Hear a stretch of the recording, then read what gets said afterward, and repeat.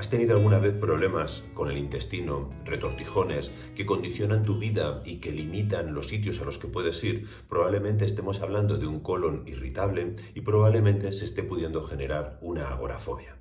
Recordemos que la agorafobia consiste en una limitación que se genera cuando queremos salir de un sitio en un tiempo que no siempre tenemos garantizado.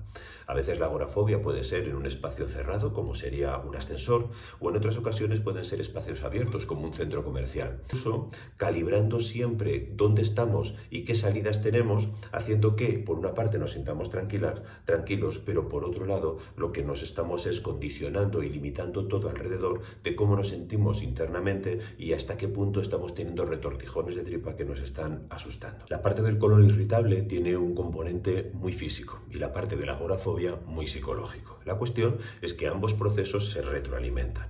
Por una parte, todo lo que son las emociones tienen efectos sobre el intestino y acaban produciendo efectos muy intensos en lo que se refiere a la constricción de las paredes del intestino. Y por otro lado, cuanto más nos ponemos, más nerviosos nos ponemos, más alerta, más incomodidad y más estamos sintiéndonos inseguros, amenazados y cambiando nuestros hábitos, muchas veces incluso afectando a nuestra propia autoestima, ya que no nos podemos relacionar con la normalidad que deseamos. El abordaje en terapia consiste precisamente, por un lado, el trabajo con la agorafobia y una serie de pasos que tenemos que dar para poder controlar esa parte, y lo que se refiere a cómo se ve alterado el intestino por las emociones, casi siempre lo trabajamos por medio de la respiración diafragmática y unos ejercicios que suelen ir muy bien para reducir el nivel de malestar que siente la persona. Si tienes colon irritable, tienes que conocer cómo funciona la respiración diafragmática y cómo beneficia precisamente a este problema.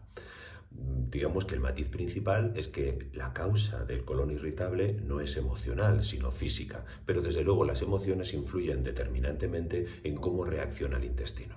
Sabemos que cuando aplicamos una relajación diafragmática, precisamente para poder favorecer la relajación del intestino, tenemos un beneficio y se acaban produciendo cambios físicos observables que favorecen el tránsito y que reducen la sintomatología. Por esa razón, tienes que tener en cuenta cómo es esa respiración y cómo la puedes aplicar precisamente para esto. En el caso de la respiración hay que saber también que lo que estamos haciendo es activar un nervio que se llama nervio vago, pertenece al sistema nervioso parasimpático, y el efecto principal que produce es que se reducen las respuestas de activación en ciertas áreas como serían el aparato respiratorio, el corazón, el intestino, y hace que cuanto más activamos ese nervio, más reducción de la sensación de alerta o de amenaza vamos a tener, en este caso específicamente para esas zonas. Disciplinas como podrían ser el yoga, la meditación, muchas veces tiran de la respiración diafragmática para poder conseguir este beneficio. Y como efecto secundario, se ven beneficios también en lo que se refiere a problemas como el colon irritable. La respiración diafragmática tiene su esquema y tiene su forma de proceder. Vamos con ello.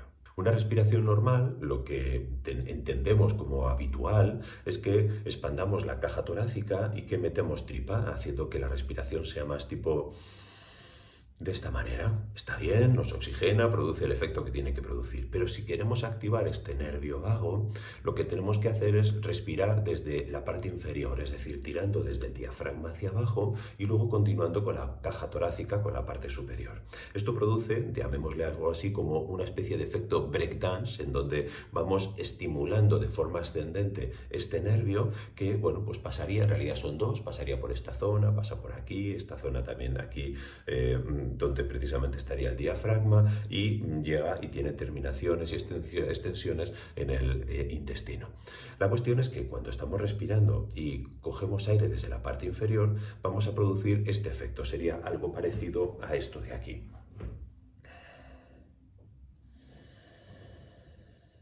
Ahora solo estoy tirando de la parte inferior y había que trabajar para poder diferenciar esta parte de esta superior, es decir, haciendo algo más parecido a esto. Suelto primero aire.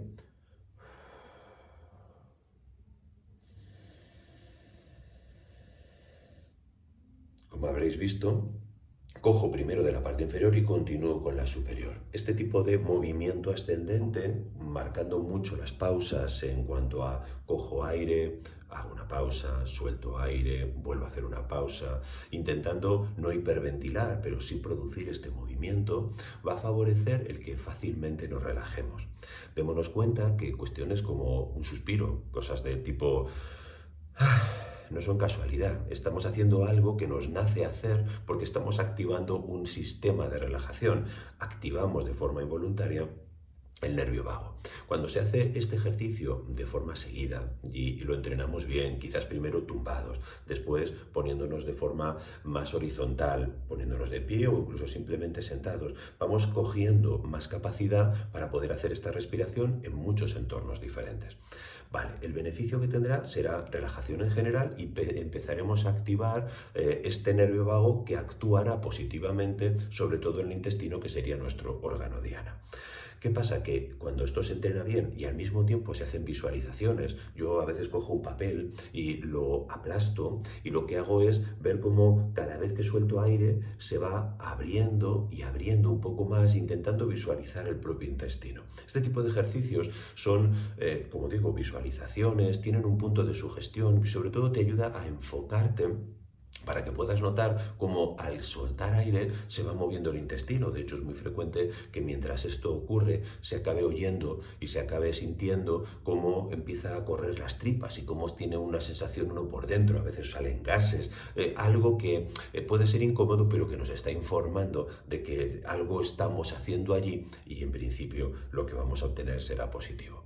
Este tipo de, digamos, ejercicios nos van a dar capacidad para relajar. No nos van a garantizar que todo esté bien y no nos va a demostrar o certificar, mejor dicho, el hecho de que si estamos en cualquier situación vamos a poder controlar la respuesta del intestino. Pero cuanto más trabajemos en esta dirección, más capaces seremos de conseguirlo.